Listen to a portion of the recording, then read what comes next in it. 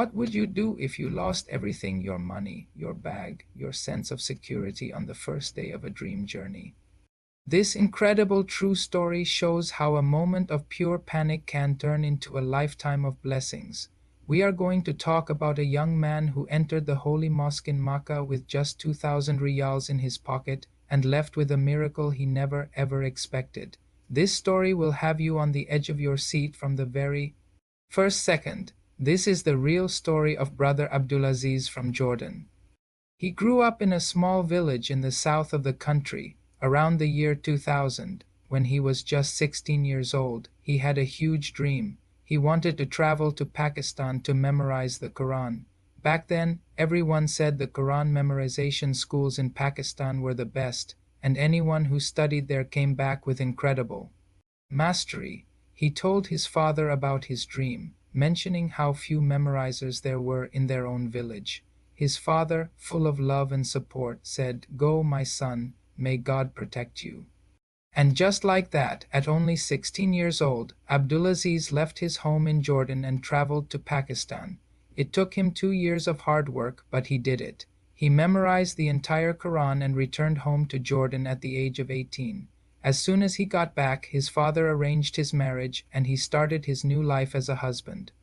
But there was another dream deep in his heart. He desperately wanted to perform Umrah, the minor pilgrimage to Makkah. He kept asking his father, telling him how much he longed to go. His father said, "Don't worry, my son, go." So Abdulaziz packed his bags and took a bus from Jordan to Makkah. His plan was to spend the entire month of Ramadan there and celebrate Eid in the holy city.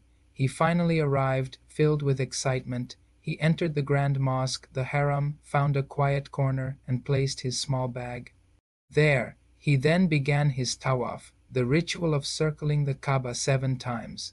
As he was walking, the call to the Maghrib prayer was announced, signaling it was time to break his fast. He reached for the belt around his waist where he kept all his money, planning to grab it to eat, but his hand found nothing. The belt wasn't there. He felt a wave of panic. He searched his clothes, but it was gone.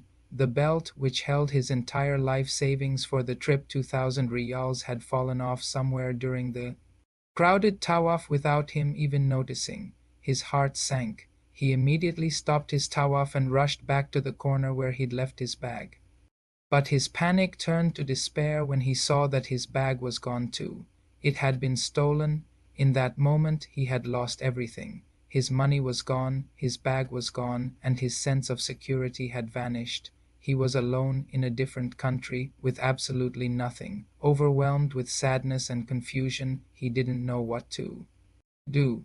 He saw one of the security officers in the haram and approached him, trying to explain what had happened. The officer listened patiently and then took him to a higher-ranking officer. Abdulaziz told his story again, his voice trembling. After listening, the high-ranking officer gave him some very specific instructions. He said, "Leave the haram through this particular gate and walk to that luxury hotel you see over there." He pointed to a specific hotel. "When you get there," the officer continued, "ask for a man named Adel. He's Jordanian, just like you. Tell him Officer so-and-so sent you, and explain your situation." Feeling a small flicker of hope, Abdulaziz did exactly as he was told. He walked to the Grand Hotel, went to the reception, and asked for Adele. He was directed to a lavish suite. He nervously knocked on the door. When the door opened, a well-dressed man, Adele, stood there. At first, seeing Abdulaziz's simple clothes and worried expression, Adele thought he was a beggar asking for money. He started to say, "May God help you," but Abdulaziz quickly interrupted. "I'm not a beggar," he said. "The officer at the haram sent me to you." Instantly, Adele's expression changed. He looked embarrassed and immediately ushered Abdulaziz inside, welcoming him warmly. He sat him down and offered him a drink. After Abdulaziz explained the whole story of losing his money and his bag, Adele just smiled and said, "Don't worry, my son. Don't you worry about a thing." Adele then went into another room and came back with an envelope. He handed it to Abdulaziz.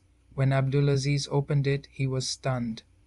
Inside was 15,000 riyals. He couldn't believe his eyes. He tried to refuse, but Adele insisted. "Take it," he said. "This is a gift from me to you. Make yourself comfortable here in Makkah and don't worry about anything." Then he added something even more incredible. He handed Abdulaziz a card and said, "And every single day for the rest of Ramadan, I want you to come here and break your fast with us. Just show this card to the security guard at the entrance, and they will let you in." For the next 30 days of Ramadan, Abdulaziz experienced something he could have never imagined.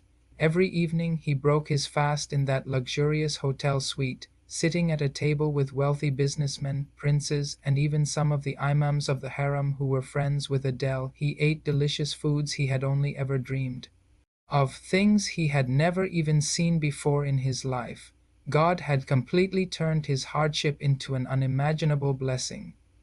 This is one of those true stories that shows how a single act of generosity can completely change someone's world.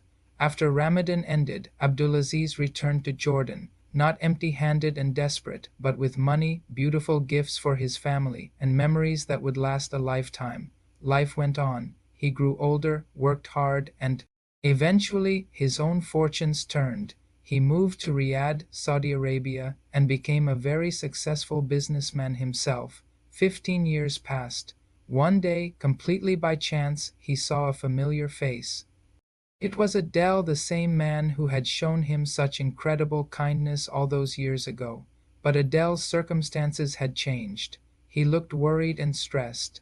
Abdulaziz learned that Adele had lost his business after a partner betrayed him and was now struggling financially. Without a moment's hesitation, Abdulaziz approached him. He invited Adele for dinner, treating him with the utmost respect and honor.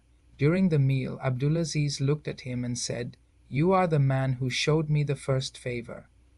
No matter what I do in my life, I can never truly repay you for what you did for me."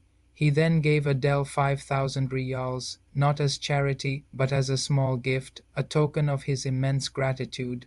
Adele's eyes filled with tears, moved by the gesture and the memory. Years went by. Adele eventually moved back to Jordan, and his financial situation slowly improved. Abdulaziz never lost touch with him. He made sure to stay connected, always checking in and honoring the man who had helped him in his time of greatest need. Their bond remained strong until Adele passed away just a few months ago. This is one of those true stories that really makes you think. It reminds us that God opens doors for people who are sincere, patient, and determined. Think about it. A young boy who left his village at 16 to memorize the Qur'an, who faced a terrifying ordeal, who got married young, and who never gave up on his dream of visiting Makkah. So what can we learn from this powerful story? First, there's a profound lesson in divine help. It shows how God can transform a moment of complete disaster into an unexpected and overwhelming blessing, especially when a person remains patient and sincere in their faith. Second, it shows the incredible power of generosity. One single act of kindness from Adele didn't just help Abdulaziz for a month. It changed the course of his life and continued to bring blessings for years to come, creating a ripple effect of good. And third, it strengthens our belief in human bonds. This story teaches us the true value of gratitude, of remembering those who helped us, and of honoring past favors. It's a beautiful reminder to pay kindness forward. If this story touched your heart as much as it touched mine, please share it with others who might need to hear it. Leave your own reflections in the comments below. I'd love to read what you think. And don't forget to subscribe for more inspiring true stories just like this one. Thanks for watching.